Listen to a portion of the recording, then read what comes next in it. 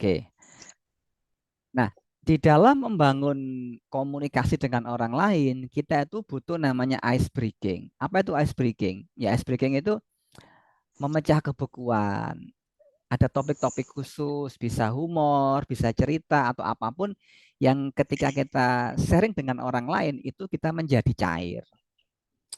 Yang kedua, kita pahami modalitas bahasa audien. Kita harus tahu, dia cenderung visual, auditori, atau kinestetik. Kemudian kontak mata, kita lihat kontak mata di mana. Jadi kalau berbicara kontak mata itu kalau online itu mata kita sejajar lurus dengan kamera, tidak terlalu ke bawah atau terlalu naik. Nah, seperti itu. Jadi standar gitu loh, Bu.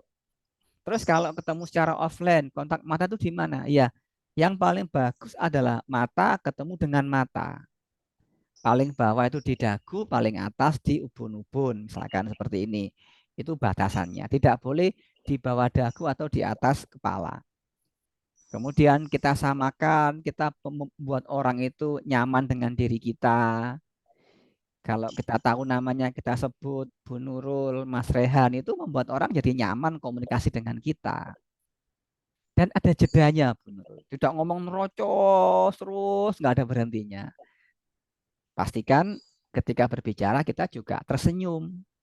Bahkan ketika kita ngomong seperti ini pun suara kita tersenyum, Bu Nurul. Orang bisa melihat, beda loh Bu orang itu yang bicaranya dengan senyum, dengan hanya sekedar ngomong saja. Kalau Ibu perhatikan, banyak orang tanpa sadar itu memasang wajah tidak ramah, Bu.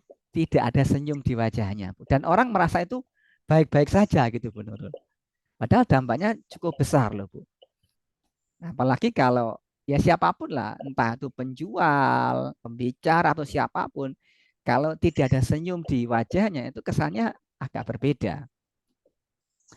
Nah, yang terakhir untuk bangun komunikasi saat kita berbicara usahakan kita tidak duduk diam di kursi kecuali kelas online seperti ini gitu, Bu.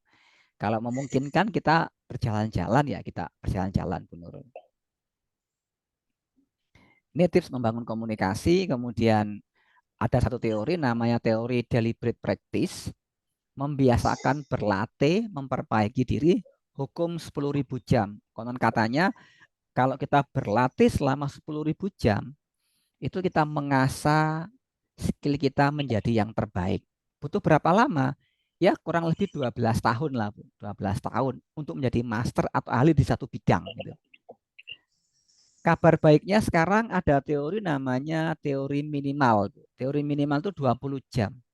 Jadi kita berlatih minimal 20 jam, itu kita mampu menguasai, membawakan skill tersebut. Walaupun tidak ahli, tapi kalau 20 jam, minimal kita mampu. Contoh, orang setir mobil. Nah, orang setir mobil itu kalau belajar 20 jam, dia sudah bisa ke jalan raya. Maju, mundur, belok, kanan, kiri, ngebut, dan sebagainya. 20 jam cukuplah. Apa 20 jam kebanyakan, Pak. standar minimal? Nah, minimal 20 jam. Orang sudah mampu membawakan sebuah skill baru. Kalau mau master, kalau mau master itu dibutuhkan sampai 10.000 jam. Nah, caranya seperti itu. Terus apa lagi? Jadi di sini kita di public speaking ini saya minta ke teman-teman itu saya sampaikan ke mereka, oke, silakan berlatih minimal 20 jam. Nah, kalau udah 20 jam berlatih, artinya teman-teman sudah siap untuk berlatih, siap untuk tampil berbicara. Mungkin kita di awal-awal akan melakukan kesalahan-kesalahan. Ya, justru kesalahan di awal itu adalah kesempurnaan. Loh, kok bisa? Dengan melakukan kesalahan, kita bisa belajar dan memperbaiki sehingga kita menjadi lebih baik dari waktu ke waktu. Kalau kita nggak pernah bikin kesalahan, saat-saat latihan, saat praktek di awal-awal, ya kita tidak akan pernah mendapat feedback untuk menjadi sempurna. Nah, di awal-awal kelas public speaking itu saya melatihnya di mana? Saya ikut di kelas waktu itu lagi rame-ramenya Facebook marketing. Nah, maka saya tampil menjadi MC, pembicara membuka, menutup, tanya jawab seperti ini. Jadi MC dulu, Bu, waktu itu. Nah, di sini rumus untuk menjadi pembicara kelas dunia, rumusnya ini. Latihan yang sangat dalam selama 10.000 jam, maka kita punya skill kelas dunia. Riset diambil dari bukunya Outliers, Malcolm Gladwell. Nah, untuk menjadi MC, panduannya ada 9. Yang pertama kita cek acara ini formal atau tidak. Terus komunikasi dengan panitia, pelajari detail acara 1, 2, 3, 4, 5. Tugas kita ngomong kepada banyak orang, jangan berhenti saat terjadi kesalahan, kreatiflah.